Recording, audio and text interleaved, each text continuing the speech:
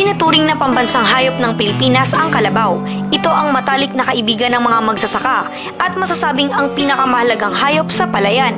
Napakalaking tulong sa mga magsasaka ang kalabaw, lalo na sa pag-aararo ng bukid na gagamiting taniman ng palay na pangunahing pagkain ng mga Pilipino.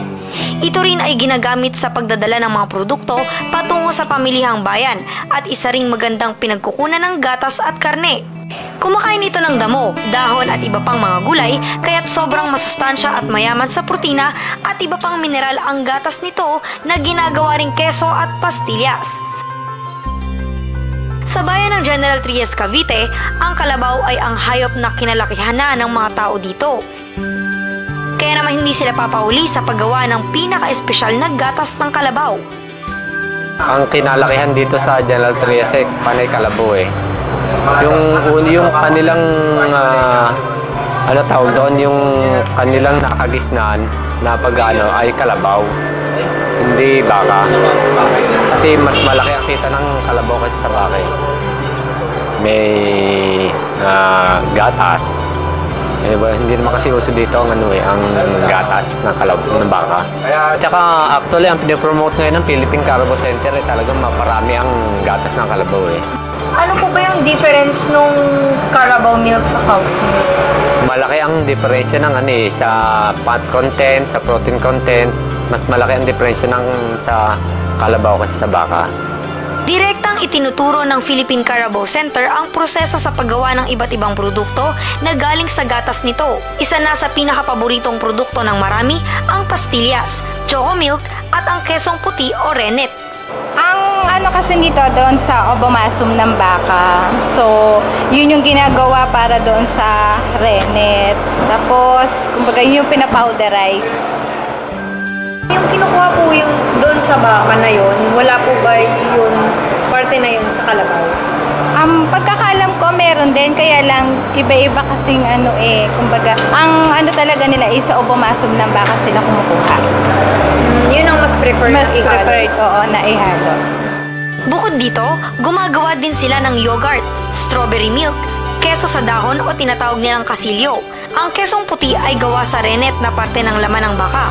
Meron din ito sa kalabaw ngunit mas mainam na gamitin ang rennet ng baka. Ang choco milk naman ay may sangkap na cocoa, asukal, cornstarch at purong gatas ng kalabaw. Nagalak naman kami dahil nabigyan kami ng pagkakataon na matikman ang ilan sa mga produkto nito. Ngayon, titikman naman natin ang mga produkto na gawa sa gatas ng kalabaw. Ito yung kesong puti.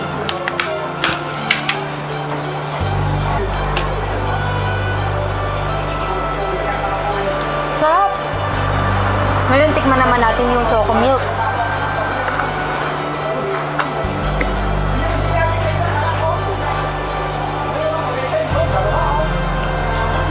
The best talaga ang gatas ng kalabaw. Ang paggawa naman ng pastillas ay hahaluin lang ng 1 oras hanggang sa lumapot ito. Papalamigin at pag matigas na ay pwede na itong ibalot. Ayan, hahaluin mo lang siya ng 1 oras. Then papalamigin mo siya. Tapos pagkatapos lumamig, babalutin mo na siya. Para siya mabubuo. Yung mabuo. Yan, hanggang sa lumapot siya, lumalapot siya ng matagal siya, kaya mahigit 1 oras siya.